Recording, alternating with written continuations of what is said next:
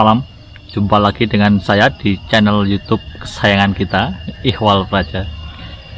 Pada kesempatan kali ini saya mengambil gambar dalam keadaan gelap-gelapan, karena tentu teman-teman tahu apa yang ingin saya bahas atau ulas pada pertemuan di video kali ini. Kita akan membahas yang namanya bagaimana kita melakukan kompas malam. Jadi bila kita membahas mengenai kompas malam, tentu kaitannya dengan pergerakan dalam dunia militer. Kalau bergerak malam hari, kata kuncinya adalah kita sedang menyusup atau memasuki daerah wilayah musuh tanpa diketahui dan minim tanda-tanda yang membuat kita ketahuan. Oleh karena itu, bagaimana sih caranya untuk melaksanakan kompas malam? Mari kita ulas dan kita bahas pada kesempatan kali ini. Jadi sebelum kita menggunakan kompas malam, maka kita berikan cahaya terlebih dahulu pada kompas kita, sehingga fluorescent atau fosfor pada kompas kita bisa menyala dalam kegelapan. Kali ini saya menggunakan lampu senter saya arahkan ke kompas saya. Mungkin sekitar 1 atau 2 menit baru saya matikan senter saya. Nah, maka akan kelihatan di kompas saya arah kemana. Sebenarnya kalau saya lihat dengan mata telanjang tidak melalui kamera, ini tampak jelas sekali huruf W, S, dan E nya. Namun mungkin karena pencahayaan yang kurang sehingga kamera saya kurang memadai. Untuk kesempatan kali ini saya gunakan senter sebagai lampu tambahan agar kelihatan.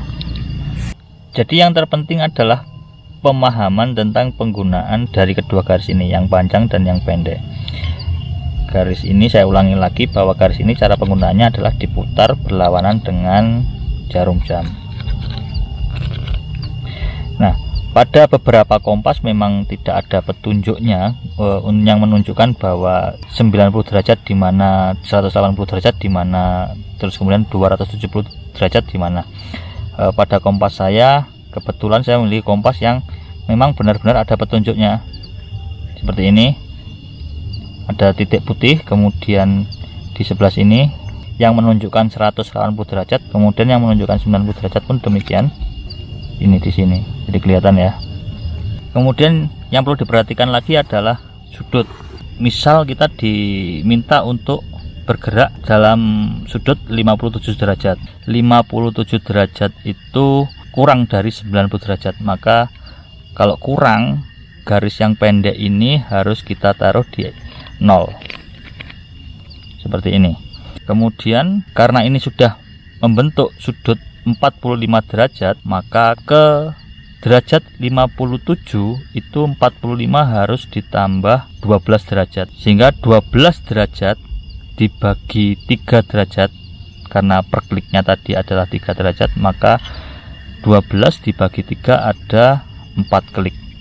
Maka kita geser tanpa harus melihat angkanya. 1, 2, 3, 4. Nah, ini sudah menunjukkan ke sudut 57 derajat ketika kita geser dan mensejajarkan jarum kompas dengan garis yang panjang. Berarti 57 derajat arahnya adalah ke sana. Sebagai contoh lagi, semisal kita diperintahkan untuk berjalan ke arah 306 derajat. Ke arah 306 derajat itu berarti lebih dari sudut 270 derajat. Berarti sudutnya ada di sini, 270 derajat. Kita geser, kita letakkan garis pendek ke 270 derajat.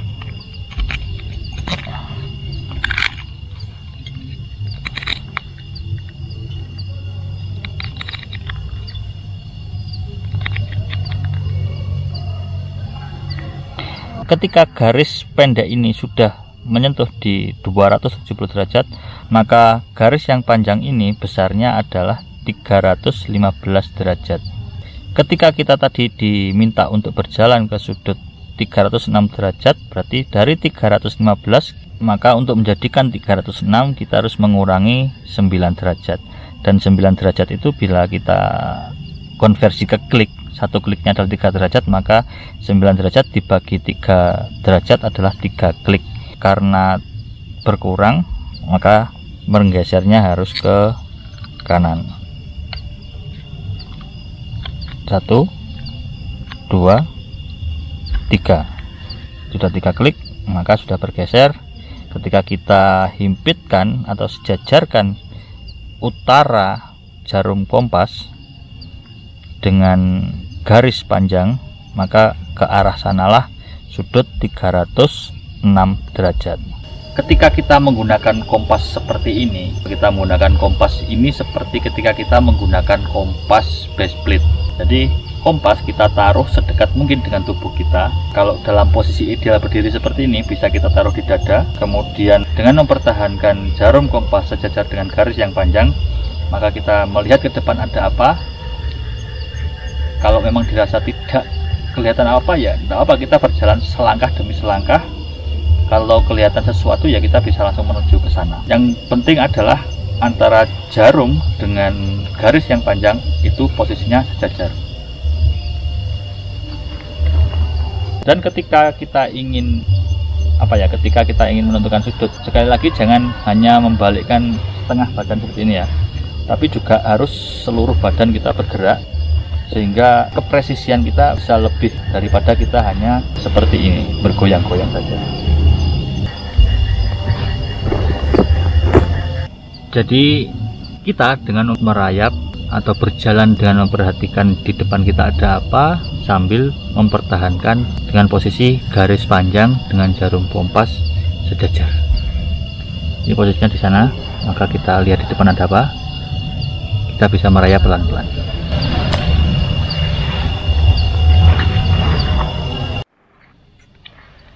Jadi demikian tadi penggunaan kompas bidik seperti ini yang digunakan untuk kompas malam. Jadi penggunaan 2 garis tadi itu sangat berguna sekali, karena pada malam hari tentu kita tidak bisa atau sulit untuk melihat angka-angka yang berada di dalam kompas ini, sehingga kita berpatokan pada 2 garis panjang dan pendek itu tadi. Ketika kita menggunakan 2 garis tentu kita harus pandai berhitung ya, karena ini dimana sudutnya berapa, kurang berapa dari 180 atau kurang berapa dari 45 derajat, sehingga kita harus pandai sekali berhitung. Dan itu saya sangat salut kepada orang-orang terdahulu ketika menggunakan kompas ini, karena saya rasa matematikanya sudah sangat di luar kepala. Berbeda dengan generasi kita yang mungkin masih membutuhkan kalkulator untuk menghitungnya. Bahkan saya sendiri juga menggunakan kalkulator untuk menghitung harus berapa, berkurang berapa. Tapi yang jelas yang ingin saya sampaikan di sini adalah bahwa seperti itulah penggunaan 2 garis yang ada pada kompas ini yang digunakan untuk kompas malam. Apabila ada yang kurang jelas, silahkan tanyakan di kolom komentar. Apabila ada kesalahan, silahkan juga tulis di kolom komentar. Saya sangat terbuka sekali, karena memang saya juga masih belajar sampai saat ini. Kurang lebihnya saya mohon maaf, dan selamat berpetualang dan salam